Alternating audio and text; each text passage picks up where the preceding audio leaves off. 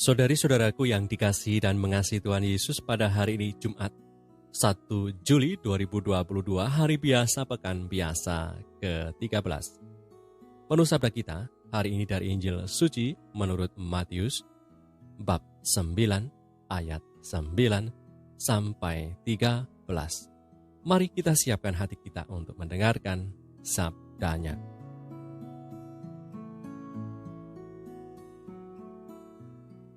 Sekali peristiwa, Yesus melihat seorang yang bernama Matius duduk di rumah cukai.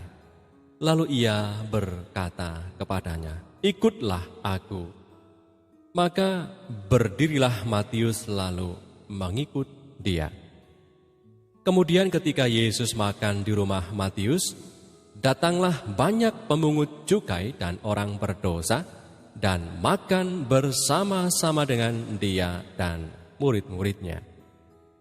Pada waktu orang Farisi melihat hal itu, berkatalah mereka kepada murid-murid Yesus, "Mengapa gurumu makan bersama-sama dengan pemungut cukai dan orang berdosa?" Yesus mendengarnya dan berkata, "Bukan orang sehat yang memerlukan tabib, tetapi orang sakit. Jadi, pergilah dan pelajarilah arti firman ini. Yang ku kehendaki ialah belas kasihan dan bukan persembahan. Karena aku datang bukan untuk memanggil orang benar, melainkan orang berdosa." Demikianlah sabda Tuhan. Terpujilah Kristus.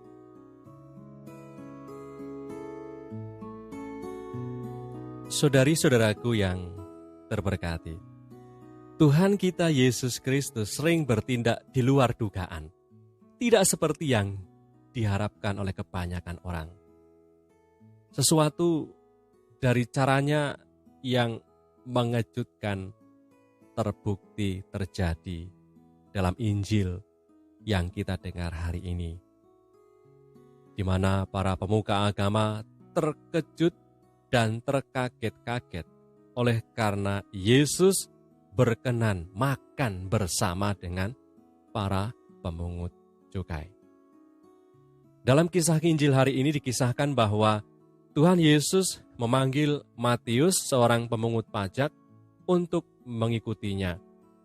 Dan Matius pun tidak menyia-nyiakan panggilan itu. Matius segera berdiri dan mengikuti Tuhan. Dan Tuhan pun dikisahkan makan di rumah Matius pemungut cukai itu, dan saat itu pula banyak pemungut cukai lainnya yang juga turut makan bersama dengan Tuhan dan para murid.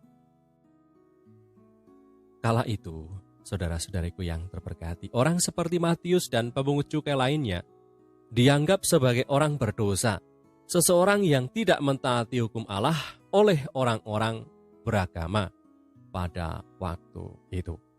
Orang-orang seperti itu harus dihindari supaya tidak ikut terkena tulahnya. Dan Tuhan kita Yesus Kristus tidak mengikuti pandangan dan keyakinan umum pada masa itu.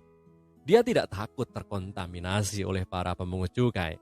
Sebaliknya, dia tahu bahwa kebaikan dan belas kasihnya sendiri memiliki kekuatan untuk mengubah orang lain menjadi lebih baik.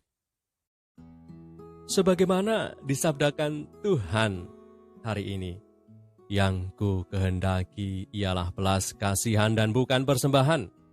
Karena aku datang bukan untuk memanggil orang benar, melainkan orang berdosa."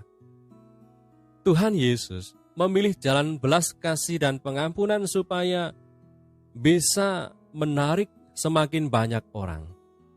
Kita juga dipanggil untuk bisa mengubah orang lain dengan kebaikan yang bisa kita tunjukkan. Maka kita harus bisa menjadi agen cinta dan belas kasih Tuhan yang berdaya ubah.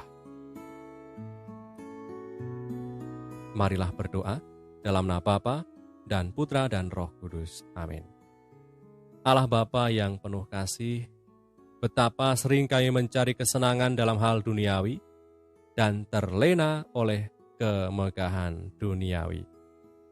Kisah Matius yang segera mengikuti Yesus Kristus Putramu Tuhan kami saat Ia dipanggil menjadi daya penggerak kami untuk menemukan sukacita sejati dalam kesatuan dengan Engkau dan dalam cara hidup yang mempraktekkan cinta kasih, kebenaran, dan damai sejahtera. Dengan pengantaran Kristus Tuhan kami, yang hidup dan berkuasa bersama Engkau dalam persekutuan Roh Kudus Allah Meraja, sepanjang segala masa. Amin. Berkatalah yang Maha Kuasa turun atas kita semua, Bapa, Putra, dan Roh Kudus. Amin.